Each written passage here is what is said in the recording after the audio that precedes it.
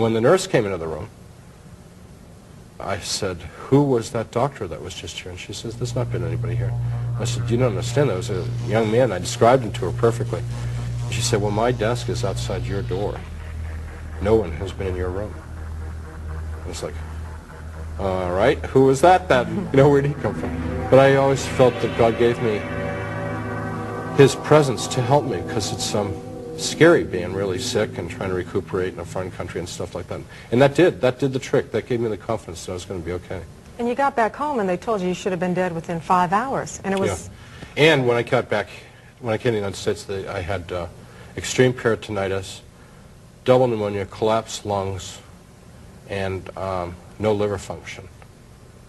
And I was put on the critical list at St. Luke's Hospital in Fort Thomas. And I was on critical for 5 weeks. Mm-hmm. I was really sick, but I didn't... And you thought you were going to die, though, didn't you? Yeah, and I'm ashamed of this, but I wanted to die because I just wanted to go to heaven. I just wanted to be with Jesus. And I didn't have anything else in my mind except I wanted to go back to that. And if you knew him, you would understand, you know, why that's what I wanted to go back to. So I wasn't cooperating in my healing. Mm-hmm. I couldn't eat. I couldn't take anything. I was getting weaker and weaker and sicker and sicker. And I got to tell you the story.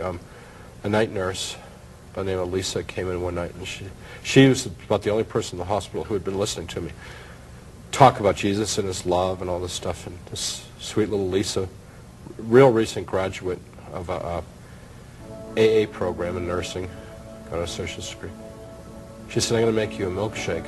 I'm going to go down to oncology and make you a milkshake and get you well.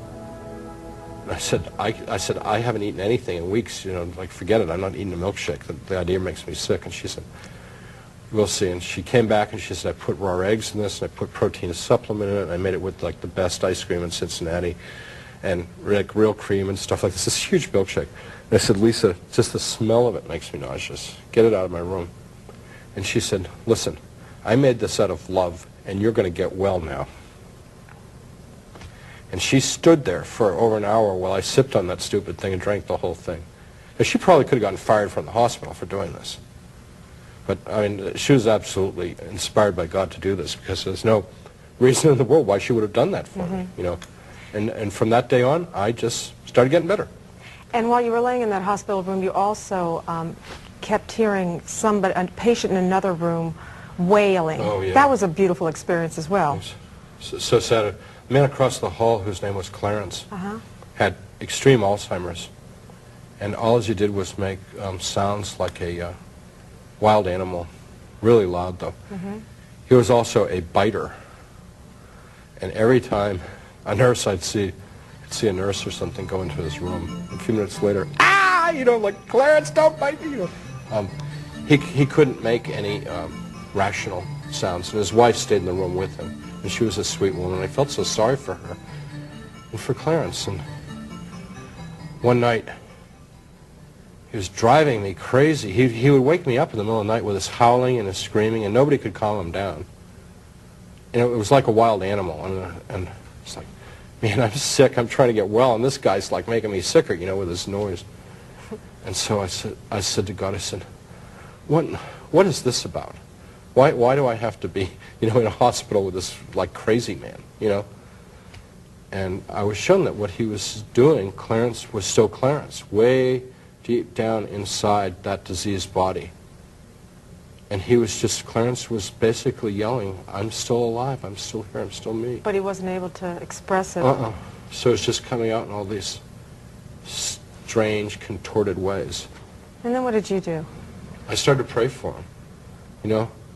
And I thought that he and I became buddies after that, although I never saw him. Didn't you yell out something, or Clarence, I know you're there, yeah. And it calmed him when he did that? I yelled to him and I said, Clarence, I'm hearing you now. I finally understand what you're saying. And that calmed him? Yep. Somebody heard him? Yep. His cries Nobody else heard him. Well, you couldn't hear him because it was just noise. Now, eventually you were released from that hospital. And I have to also point out, there was no evidence on paper that you received that said you actually had died in that Paris hospital. Because did you ever ask for it, or they didn't know? Oh yeah, We had the American consulate, we had a U.S. senator, we had all kinds of people trying to get my medical records, and they would never send my medical records. Oh, so you've never even gotten the records? And I think I know why. Because of what they didn't do. Yeah. You're right. The lawsuits. You get out of the hospital, and eventually you recuperate, and you're back at the university? Mm-hmm.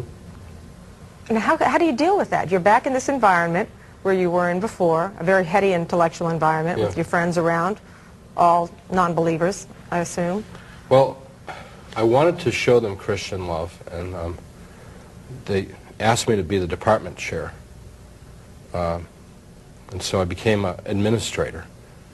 And I did my best to take care of their needs and to love them and to get them the best raises I could possibly get and get them the equipment and the facilities and the materials that they were all hollering for. But